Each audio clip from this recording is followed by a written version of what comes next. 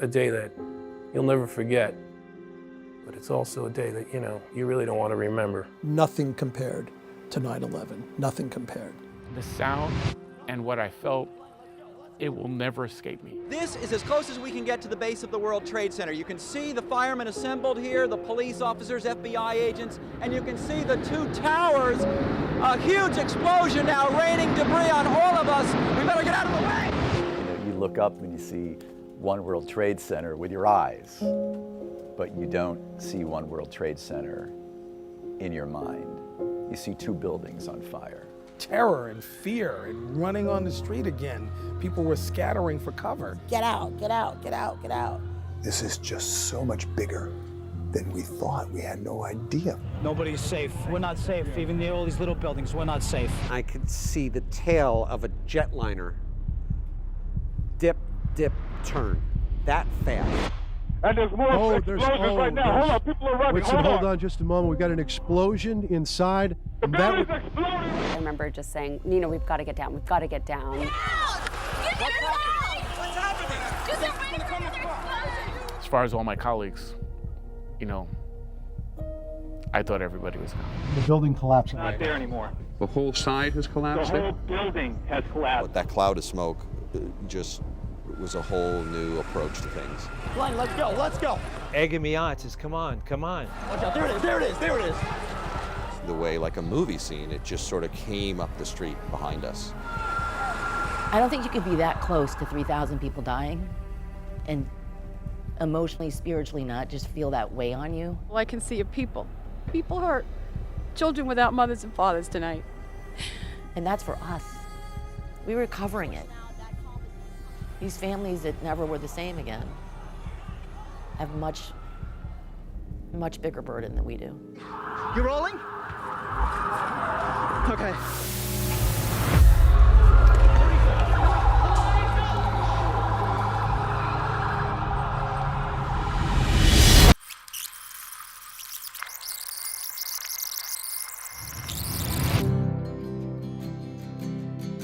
Okay, so are you rolling? Yes.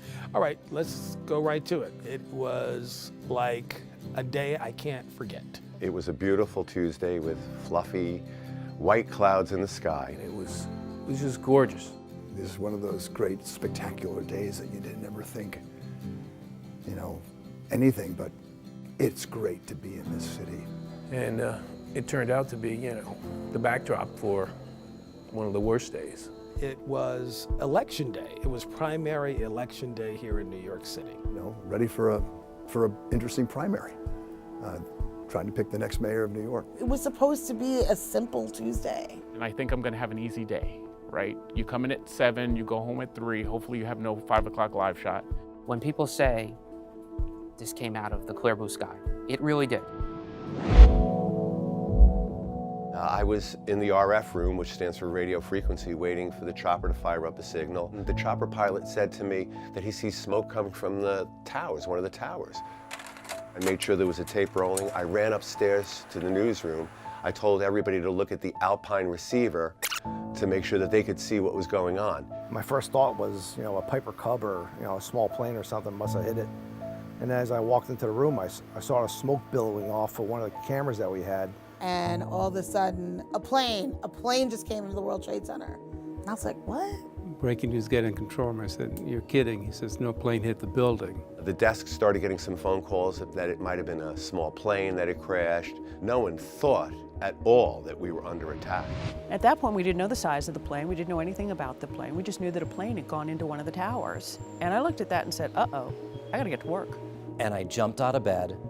I don't even know if I brushed my teeth. I threw on whatever was there, literally ran to the station. We assigned producers to the control rooms. And he said, we need to get this on the air. This is the news leader, ABC 7 Eyewitness News. Again, what we know, in case you're just joining us, a small plane ran into the north side of the World Trade Center. Get to the control room. On the way, call Bill Ritter. So I called Bill. We don't know what really happened, but it might be a small plane. We just don't know. Just get in here right away. And I wanted all our evening anchors in here to lead our coverage. We got a phone call, and it was one of the assignment editors on the desk. A plane hit the World Trade Center. And we started walking out to the aircraft, and you get out on the ramp here, and you could see the city, and I could see the smoke coming off the Twin Towers. And we knew at that point that this was real. This was something big. I was right in this area, and the news assignment desk is right there. You can always hear what they're saying, especially when they're screaming. And the news was, we got a plane down. Seems like it's a small plane. It hit one of the buildings. Right into the World Trade Center. Chaos. And Eyewitness News is usually a well-oiled machine. And I walked in, and seasoned veterans on the assignment desk were running around, phones were ringing. I get this crazy call from the desk. Somebody's hit the World Trade Center. A plane ran into the World Trade Center. And the initial thought was, what, some small plane pilot couldn't get his bearings straight on this absolutely spectacular day? What is this? This is ridiculous. And that very moment is when everything changed and everybody went into full defensive mode, news gathering, and it was just a sight to be seen. We were basically sending everybody down to the World Trade Center. We didn't know what we were dealing with. Calling every car, just the mobiles. Mobile 15, are you in? Mobile 10, are you in? Are you in? Go downtown, go downtown. Find a crew, get down there, let us know when you're there. Take Joe Torres with you and get down there. I just ran out the door. I said, okay, I'll jump in whatever truck. Just as I got to the corner of 67th and Columbus, she was standing there. She put her hand up. She jumped in the truck, and we zoomed downtown. First responders needed to get their doctors. We weren't, as a journalist, you're not at that level, but you knew that there was a job to do, that we had to be on the air, that we had to be there. Marty was coming out of the garage, knocked on the window, jumped in the Ford Explorer. I said, it's you and me, let's go. Jumped in the helicopter and started up and started flying towards the city. And the first thing we noticed was that Newark Airport, which is a couple miles from here, cleared us in a straight line to the World Trade Center, which is very unusual because of the approach path coming in. You're right in the line of all the approaches going into Newark. They cleared us straight, which meant there was nothing coming into Newark, and we didn't really think about it. We just knew it was unusual, but it was better for us because it was a straight line. I remember coming into the room, and John was already flying. He was already talking to me about what was, what he saw. He saw billowing smoke coming from, from the World Trade Center. We were over Bayonne, and I went to talk to my pilot, and behind him, out the window, I could see another airplane down by the Verrazano Bridge. And it was a passenger airplane. The initial instinct, as we're always flying and you're sharing the skies, I asked Paul, do you have this guy? Meaning, do you have visual contact? Do you know he's there? And he said, yeah, I got him. And Newark's not even pointing him out to me. On the radio, I heard John scream. He goes, oh my God, a plane just flew underneath me. He goes, and it's like right on the deck. He said it's going right over the bay, going right towards World Trade Center. I saw the United Airlines on the side of the airplane, and it had no business being at that altitude. It was low as we were, and it was fast, and it was right mid-span over the Verrazano, a few miles away from us. And it shouldn't have been there. And as you look back on it now, you say, that was totally out of place. But we had him in sight from a safety standpoint. We were satisfied with that. I went back to doing something and looked back out the window, and it was us and the statue and the World Trade Center. And I could see the tail of a jetliner dip, turn. That fast, very abrupt, not something you would normally see. And it was just instinct. I turned the camera, pointed it that direction, reached down to press play and record on the old deck, and looked at my monitor, and the fireball was there. And there's more explosions right now. Hold on, people are running. Winston, hold on just a moment. We've got an explosion inside. The building's exploding. And it started the process immediately. And I asked Paul, I said, where is that airplane, meaning the one that we had seen? And he was already saying, that was him. That was him. Oh my God, that was him. The people here everybody's panicking. I was in shock for a second, and I got out one call to the assignment desk immediately. I said, Chop 7 news desk, another airplane hit the building. And the desk came back to me and said, what did you say? And I lost my radios. All of our repeaters were on top of the building, and whatever power was left in that run was enough to get another plane hit the building. What did you say? And I had nothing. I lost my air signal. I lost communications with the station. So at that point, it's Paul and I out there all by ourselves. After we realized that the second plane hit the second tower, I ran upstairs at that point and I told everybody, hey, a second plane just crashed into the second tower. I remember Beluski saying, we just got video of a second plane hitting the tower. We're in live coverage in like a couple seconds Another before copy. plane There's hit. the second plane, another passenger plane hitting the World Trade Center. And then I remember going to Del Giorno. Have you on the line, John? What can you tell us? John, are you with us? We also lost IFB for John to hear off air, and eventually, I figured out that if I took the microphone and I put it up to one of the TVs, one of the off-air programs, he could hear the radio. I hear, hey, John, can you hear me? John, are you with us? See, he doesn't realize we're cueing him. Just north of Midtown Manhattan, we're over the west side of Manhattan here at 79th Street, looking south towards the World Trade Center. Just an absolutely staggering sight as both towers of the World Trade Center are currently billowing in smoke. And he describes how the plane actually slams into the building and is completely inside the building. We were on our way to the scene and we witnessed a second airplane. He said the type of plane. From what I believe in my experience to be a Boeing 737. And from his angle, you can actually see the plane wedged into the second tower. And you can see both towers burning. I think everybody pretty much knew this was no accident. Now it's clear. You have one, you have two, you know what's happening, and you're already thinking, is there another one coming? And I'm in an aircraft, and if it's behind me, I'm not going to see it.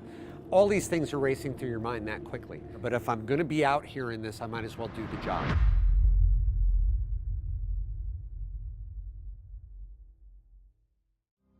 We are flying downtown, getting close to the World Trade Center. You see people streaming uptown. Just people are flowing uptown like I've never seen before. People are crying, people are hysterical. As we came over the Henry Hudson Bridge, and the bridge was being shut down as we approached it. I think they let us through because we were a news vehicle, and they shut the road down behind us. I remember having this conversation with Marty along the way where I said, we should really try to get into the tower so we can document the firefighters and their heroism and their dedication and how they were going to be getting people out of the building and saving people. I said, we need to go show that. He's like, that's great, let's do it. We went down the West Side Highway. We pulled over, and what we knew was go live as fast as possible. The city shut down the southbound lanes of the West Side Highway so that emergency crews only, fire trucks, NYPD trucks could get down here. That was the first crew that started bringing us from the ground shots. We get down to the scene, and there's a jet engine laying on the corner. Just blocks away, a plane engine sits on the sidewalk, burned. I'm looking up, I couldn't believe what I was seeing. The gash in the building. And I saw all of that thick black smoke billowing out of the first tower that was hit. And my first thought was, well, that's not a small plane, that's way too much smoke. We didn't believe it until we saw it, because when we were going down 9th Avenue, we really couldn't see it. And then we cut over to Washington Street, and that's when you could start seeing the World Trade Center and the inside of it actually red hot inside there. I was getting phone calls from network. What do you see? What do you see? What is that? And I said, sir, I'm no expert on holes in buildings made by planes. That is a huge hole. I told Michelle, we're not going any further when we got to Canal Street. Michelle said, why? I said, because we're here to document the story, not to be the story. If that thing falls down, we're gonna get crushed, we're gonna die. We went on the set, really not knowing a whole lot. You knew something was bad, you just weren't getting the pieces of what it was yet. The story was evolving so quickly to keep updating.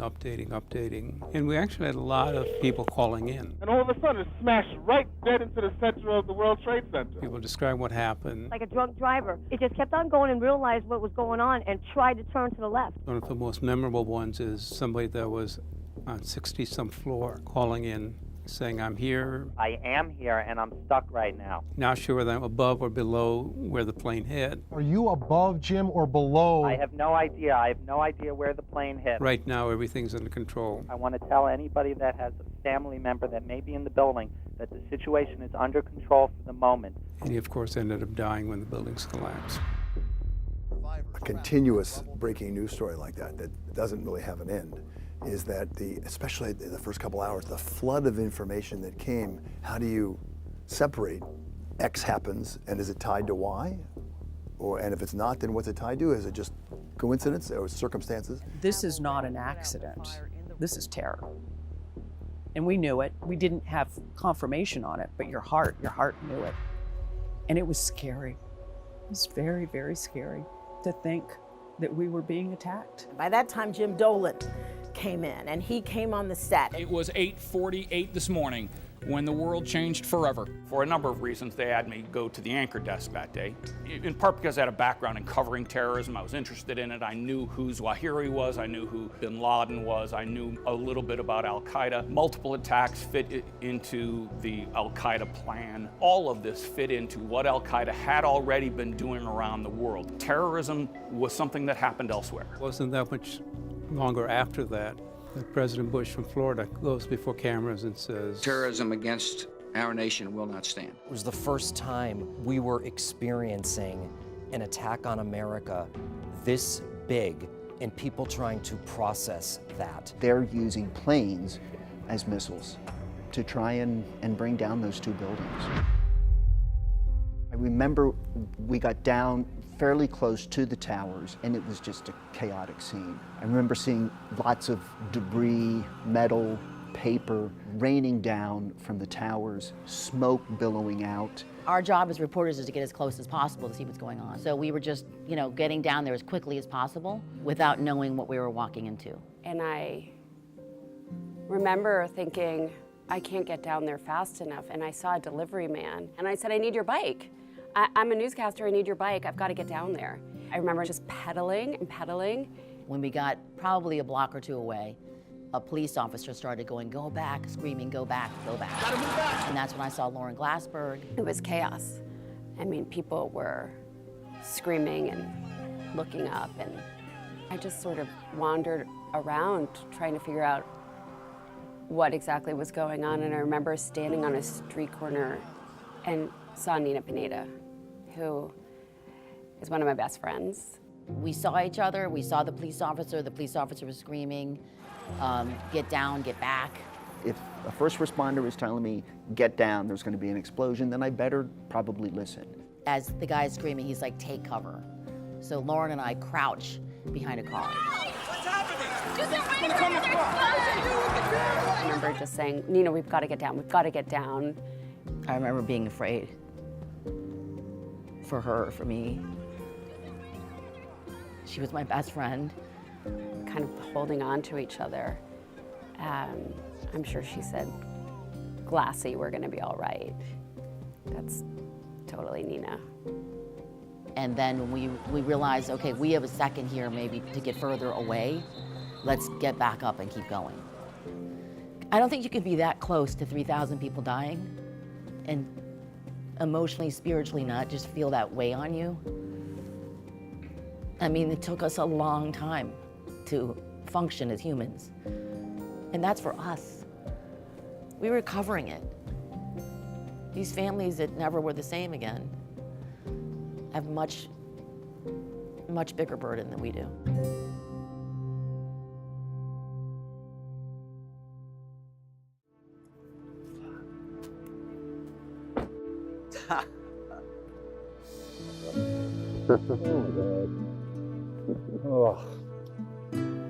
I hadn't seen Marty in probably 10 years.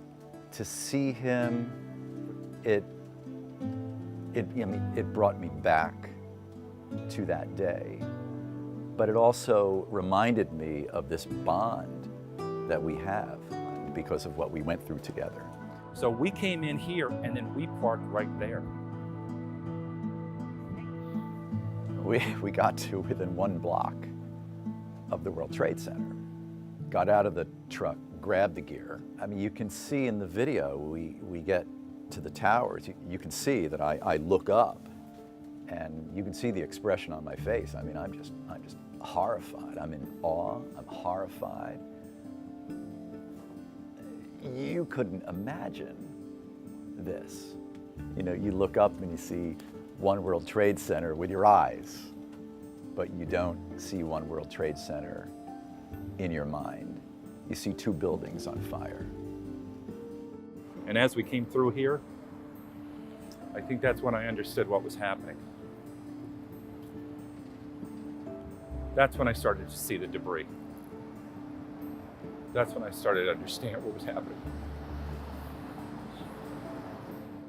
It's all, you know, still very vivid to me 20 years later.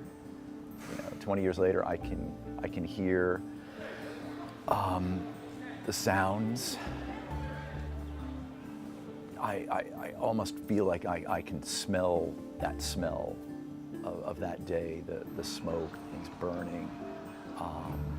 You don't forget that, ever. And the firemen were all gathered in this area in here. Exactly where we were. Right there. Yeah, so this is it. It is. I can hear it. I can still hear it. But we were standing right there, and that's where we shot the 2 stand-ups. When you get that close to a story, you assume that you're not going to be able to stay there for too long. All right, take 1 and 2. So I said to Marty, I said, well, look, while we're here, why don't I shoot something on camera? He's like, great idea, let's do that. So, take 1. This is as close as we can get to the base of the World Trade Center. You can see the 2 towers. Debris continues to fall and to rain on the people below. I do take 1 and I don't like it. Another one? Take 2. I said, okay, take 2. This is as close as we can get to the base of the World Trade Center. You can see the firemen assembled here, the police officers, FBI agents, and you can see the 2 towers. A huge explosion now, raining debris on all of us. We better get out of the way.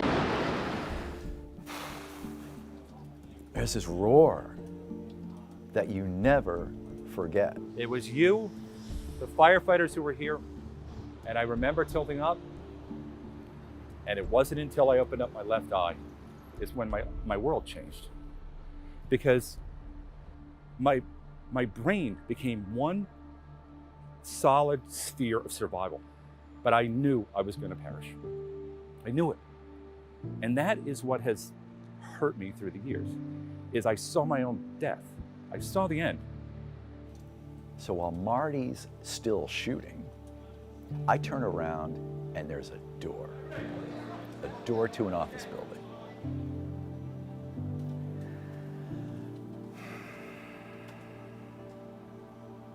If that door was locked, if there was no door, if I had to run for half a block, I wouldn't be here. Marty wouldn't be here. That video would be the last that you ever saw of me. So I go through the door, and I've learned to see that door as providential. I've learned to view that door as the door to the rest of my life. And you know, I guess the big picture for me is I wonder why. You wonder why we made it? Why we're here 20 years later? Don't wonder. Don't wonder. I know. Don't wonder. Just put one foot in front of the other, keep moving. That's what I do. I need to find some kind of good to come out of 9/11. And that's the only way I feel like I can process it. And if 9/11 has made me a more sensitive person, if 9/11 has made me a better journalist, then that's something good that came out of something that's horrible. And that's all I can do. Otherwise, it eats you from the inside out. Otherwise, it becomes corrosive. I needed to find a way to process it myself. Yeah. But I mean, I ran from 9/11 and I need to find a way to process it better. I hope at some point I can. But my way of coping with all of this has been to put one foot in front of the other. And not just on 9/11, but every day that came after that for 20 years.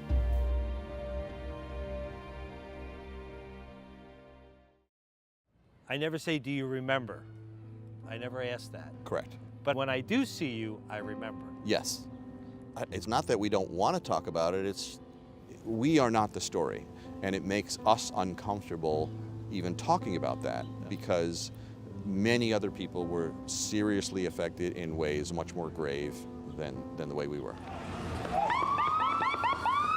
The time seemed to stand still. Keep going, let's go! Because there's so much chaos going on. When we were on Vesey next to 7 World Trade, we saw the plane parts, like Boeing area. And then I was shooting. Embedded in the street. Right, and I was shooting straight up, and that's when I said, Joe, let's just get people. Well, I just was in the lobby trying to get a cup of coffee, heard the bang, and now I'm just going around the corner to see if my friends are all right. I can't talk. I remember a firefighter up on the plaza, and he's yelling at us, get out of the way, you're gonna get hit by debris. And that's when I said, well, maybe we should go to the South Tower. And we're about halfway there, and a DCPI police woman notices Joe. And we bump into Teresa, a friendly face from the New York Police Department who serves as a liaison between the media and the police. She's with DCPI. And we see each other, we hug and embrace, and she offers to bring us to West Street, a news conference. So we turn around, and we were about the same spot where we started, and then it was like an earthquake. Underground, underground, underground! And then all of a sudden, everybody starts running. Let's go, underground! The thought was that something underneath, that the street's just going to explode. Right. And we're running up Church Street. Teresa is digging her nails into my arm as we're running. I remember her screaming because when it was we were fearing for our lives at that point. Come on, Joe! What is going on? Teresa, come on! Teresa! A big white cloud coming, and all of a sudden the FBI had an FBI thing on. He goes, don't breathe it, it's poison. And I'm rolling still, and Joe's Let's go! egging me on, says, come on, come on. Watch out, there it is! And I knew I was gonna outrun it, so I just held my breath, and it just whooshed over me. And I realized, I'm not dead, let's just keep running. Yeah, because we were getting closer to Yeah. get people coming out. Yep. And we got a few, but that cloud of smoke was a whole new approach to things. The way, like a movie scene, it just sort of came up the street behind us. I started shooting people coming out of the cloud and things covered with it. We see this gentleman, he identified himself as an engineer at the Port Authority. And you work in number 1 World Trade? Yes, I do. And what floor were you? 72nd floor. And he's covered with this white dust. And he starts saying, well, they're really strong buildings. They're very strong buildings, as you remember from the blast the last time. So. And all of a sudden, in the background, I see people start looking up. And so I pan up, and there goes the North Tower. You're looking at it saying, I can't, there's got to be 2 towers there, I can't believe it. And there's not. And you literally could not believe your eyes, what you were witnessing, but it was real. Oof. I just look back and it's like, thank goodness you knew that DCPI police. Ooh, wow. Because that, for me, that is the turning point. It almost seems like divine intervention at that point. At that point. That steps in and says, you may not know this, but I'm with you right now.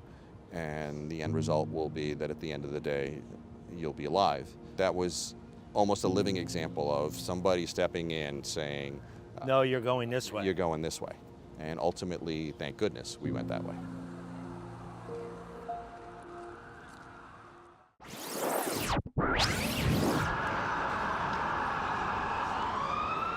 I have my physical tape here from 9/11. This is what I shot. This is 20 minutes long. Thank God it lasted to 22 minutes. So I ended up right below Tower 1. My first shots, if you watch the tape, I'm on a tripod. I have my camera on the tripod, and I'm shooting up. So I had an understanding at the time, that I was documenting history. While I was shooting, I saw things that it's your worst nightmare. You never want to see a body hitting the ground, because it's nightmarish. I couldn't imagine how hellish, how horrific it was inside. And I never shot somebody falling from the building, because you could tell what they were wearing, That would have been somebody's father, somebody's brother, somebody's husband, somebody's uncle, so I never did it. I never, ever shot somebody falling to the ground and making contact. What I tried to do, and on my tape you can see a firefighter's reaction to it. And he's a fireman. You know, maybe has seen, but their reaction was just, you have to see it to fully understand how horrific it is. As amazed as I am, as horrified as I am, just keep shooting. On my tape you can see an eyewitness. Like a 737, like a jet plane. And he mentioned, you know, it was, you know, an American Airlines, a silver aircraft. And I'm looking at him in amazement, I'm like, what? He's like, yeah, two of them. And I still don't believe the words out of his mouth. And then the tower comes down.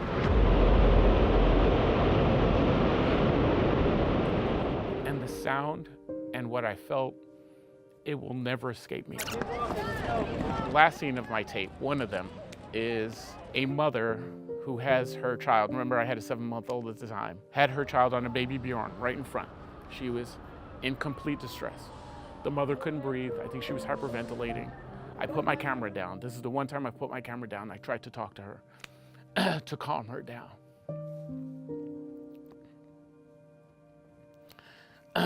Because I couldn't imagine what it would be like to have your child and have all of this calamity around. It was one of those things where I'm glad I was a human being before I was a cameraman. So looking back 20 years later, I don't know where she is. I don't know. The child must be 20 years old in a couple of months, but I'm glad I did that. You know, I'm glad that's one of the things. I stopped being a journalist and I was a father. Sometimes when you do a job like this, you do think about the fact that something bad could happen. But that was a day where really something really bad happened. As soon as we got onto the streets of Manhattan, there were nothing but fire engines going down like 2nd Avenue heading to Lower Manhattan. So we just tailed onto one of those folks going down and just followed them as far down as we could go. And myself and my cameraman at the time, we got out the truck and started walking toward the World Trade Center. We're going up against waves and waves of people going in the opposite direction.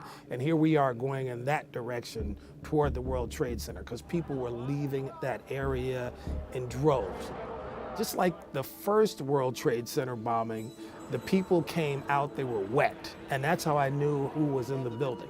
That's what I remembered from the first time, because the sprinkler system goes off in the building when something like that happens. Significantly more than the last one, but it only lasted 10 seconds. You were actually here during the World Trade Center bombing? Yes. You remember that? Yes. In comparison, you're saying was?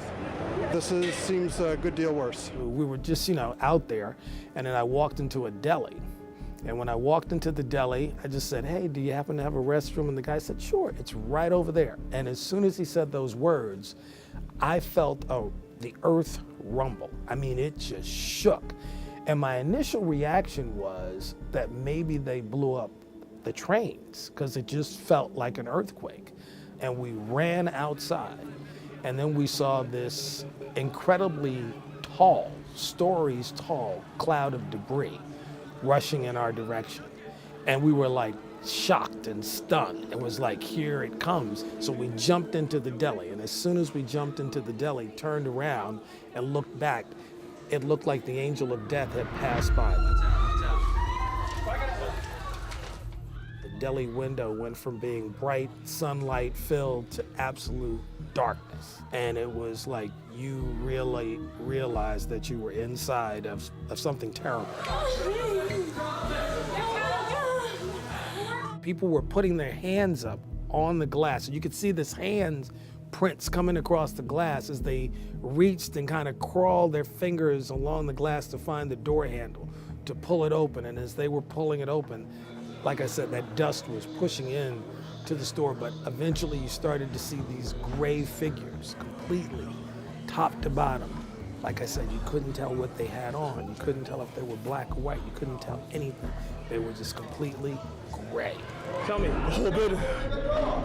I'm looking for the staging area. I work for the Red Cross. Right. The whole building went down. It took maybe 7 to 10 minutes for the dust to kind of finally settle. There was a lot of things. People were looking for places to hide in the deli because nobody just had a sense of what was going to happen. We finally went back out. There was still dust particles in the air. It looks like a nuclear winter out here. But the cloud had started to lift and it was more gray than just complete darkness. We started to see stuff on the ground that I still can remember. There were hats, shoes, all kinds of things. And the soot on the ground was several inches thick. And it was just like incredible. And then people were walking out of the dust, coming toward us with tears running down their faces, but they're still encrusted in that gray soot. You just knew that it was the worst that you ever wanted to imagine.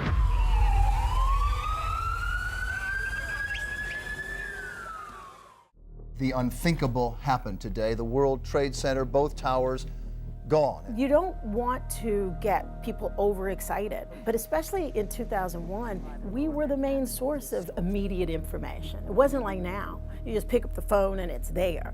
We were pretty much it. It is a scene out of Dante's Hell, horrific.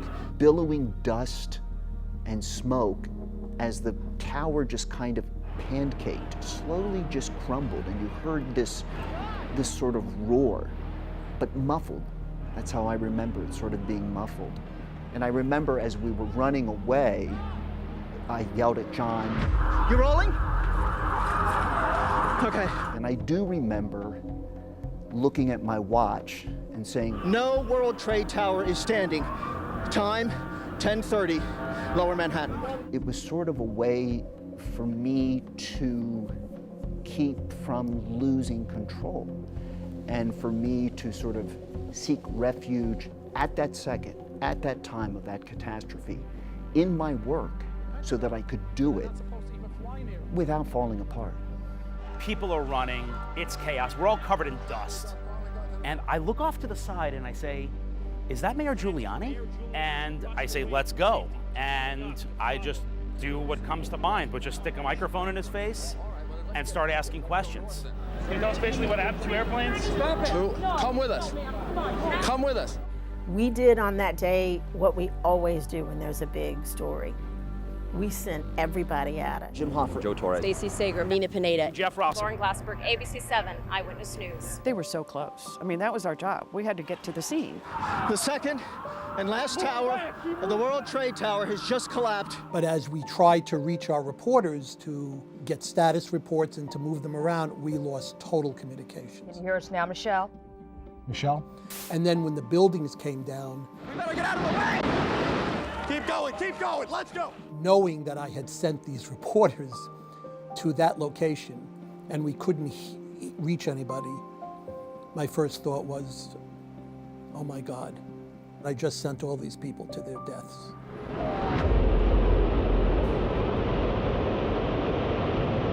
Family members were calling to see how the husbands, wives were doing. And if you didn't see them on TV, you didn't know if they were alive or dead. And you don't know where they are. I remember Joe's wife, Fran, was asking, where is he? Because we hadn't heard from Joe. Nina, Lauren, Anthony Johnson, NJ, Glenn Mayrose, Angelo Martin. They were all down there. These are reporters, photographers. So we knew that they had to be among those people that were running. And you're just praying that they got out of the way. Oh my God, there it goes! Where are they? How did Marty and NJ get out? What happened? Are they dead? I couldn't imagine escaping it because it was a 100-story plus building coming down, all the debris that's associated with that, and them escaping that. I immediately thought thousands of people on the ground are dead. I don't know where my colleagues are, but I really did think they were all dead. When my mom called me and told me to get down there, she didn't hear from me again. She saw that first building go down, and my whole family thought I was dead. Damn it, I can't get through. No, they can't be busy. Hi, this is Joe Torres. Put me on a phoner now. All right. Joe Torres, who's on the phone with us. Joe? I'm on a payphone at the corner of Barkley and, bear with me, I can't see too much, West Broadway. I can't begin to tell you the difficulty, the painfulness it is to watch this. Joe Torres is on the air, and he's close to the buildings. Nothing's fallen yet. And he's talking. And he goes, hey, I see a police officer. I'm gonna go talk to him. I'll come back, or I'll get back in touch with you guys. So we go to the next, and the next. And at some point, his wife gets through to the control room. And I pick up, Kat, it's Fran. Have you heard from Joe? I haven't heard from him. That's mine. Watch it coming out of the fog. Roll out of the fog, Glenn. I think I said, like, he's okay. I know he's okay. I remember saying all that and not knowing if it was true. We worried about Joe. His family worried about Joe. And I remember our managers had to talk to Joe's wife and said, we haven't heard from him. And we're gonna keep you posted. So my wife, being the wife of a news reporter, knows that if they've gone to him live once, they're gonna go back to him live. Right. And now that hasn't happened, why not? My photographer, Glenn Mayrose, and I are safe, we're okay. Back at St. Vincent's. The video was seen all over the world, and it was also seen in Pittsburgh, where I'm from. What's happening? So they had to get on the air and say, if Nina's family's watching, that she's alive. They were pretty panicked as to our whereabouts.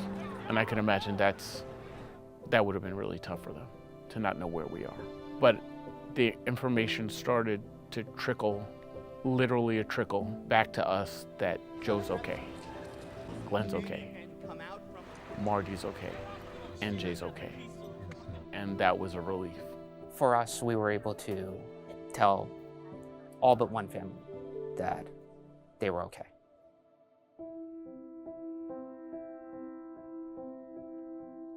I knew Don since high school. I brought his resume over. Don was the engineer in charge of the transmitter at the top of World Trade Center. Don was up on that tower. We had just put in a new receiver, and he called and said, I think we have a problem, really calmly. He was such a hard worker, so smart. And he was our guy up there by the tower, and he was doing his job. I remember hearing the engineers talk about our engineer being on the top floor and that we had to get him out of there, but that he wouldn't go. They were trying to get him to leave, and he was so dedicated that he wouldn't go. He was a great employee. He was at work before he was supposed to be. He was there before 9 o'clock. When the second tower came down, everybody knew what had happened. That just added to the incredible pain and agony that we all felt. You know, one of 3,000, people whose lives were taken, and it really brought it close to home. It really, really did. He was one of the smartest people I ever met. He was a good friend of mine.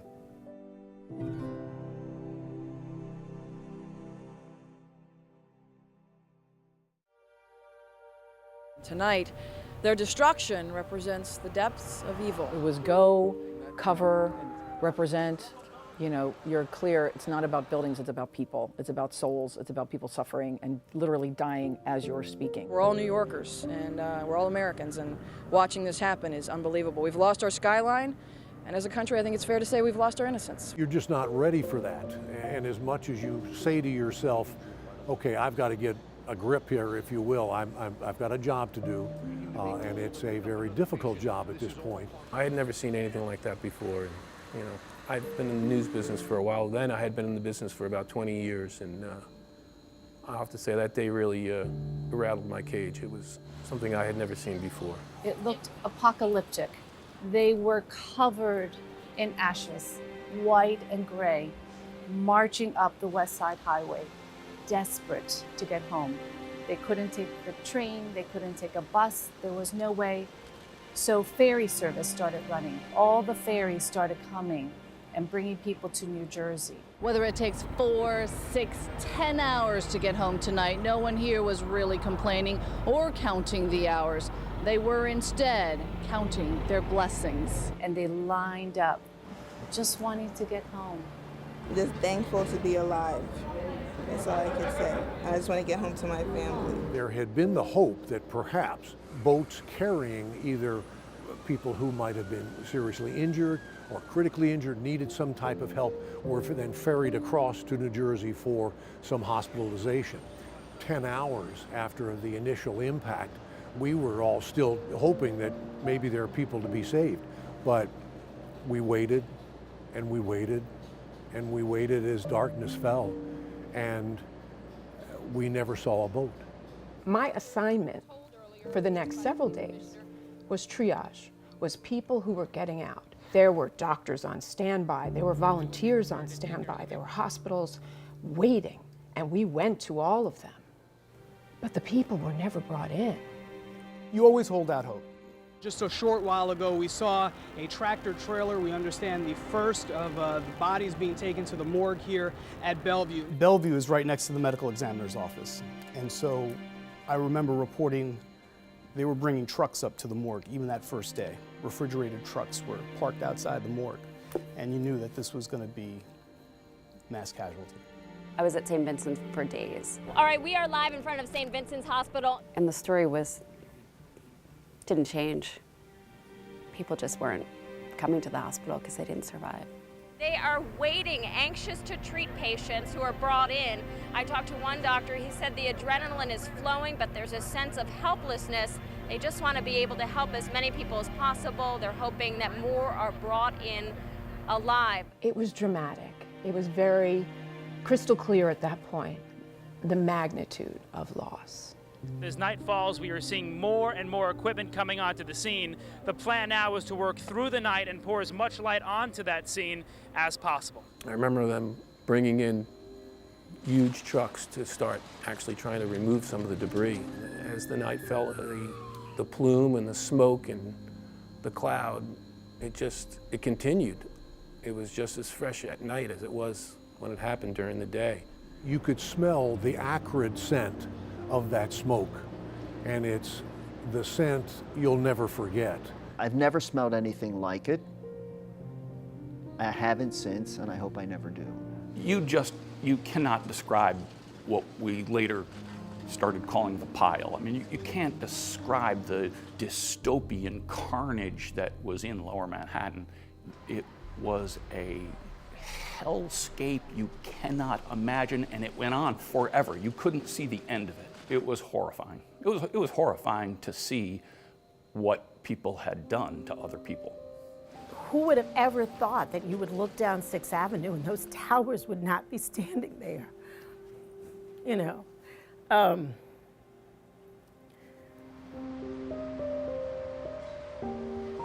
You know, it's 20 years, and I start talking about that day and it comes back. At a time where people weren't as connected as they are now on social media, the news really provided not just information, but perhaps a sense of all of us being in this together as one nation, one city. It was the commitment to getting the story and telling it right, but it was also, you know, this is home. And so it was an attack on all of us. New Yorkers and the rest of the world are scared. They are frightened. They're trying to get answers to the questions that we're trying to get answers to. And everybody was suffering that day, whether you lost a loved one or not. This city in particular was suffering, and we were trying to help them manage and get through that suffering. This incident changed people. You can see in your coworkers before and after. You can see in the residents of New York City before and after. You cover news and you know that you're going to cover bad things, and you can kind of put them in a little compartment. But this one was the kind of thing that just you carry with you for the rest of your life. I felt like historically, I want it to be known what we saw, what we experienced. And from my perspective, I want my kids to be able to see this. And I don't want it to just disappear into the ether. Doing my job, I think, and documenting it pays tribute to the people who actually never survived. And the first responders, they're the heroes. The firefighters are the heroes. There's so many people who didn't think twice about going down there when people were running away. The firefighters, those pictures of them walking up and then the towers coming down. It was just heroism at its finest. I don't know that they expected the building to come down, but I don't think they gave a second thought to, heading up when all those other people were coming down. I still think about the families, the kids that never knew their parents. There's no closure. That scar stays right in your heart forever. It scars up, heals a little bit, but it's not ever gone. 20 years later, I still haven't come to terms with all of it. When I drive home at night, and I would go to Bayonne, I would see the World Trade Center in Lower Manhattan in my rearview mirror. And one of my favorite views is when the sun is setting and the sky is that beautiful blue, and the sun makes all of Lower Manhattan look golden. I would live for that. Now I have a hard time looking in the rearview mirror. I just don't want to be reminded of it. The sadness is still too raw for me. I'm glad that I have these horrible memories just to make it clear what happened, because we can never forget.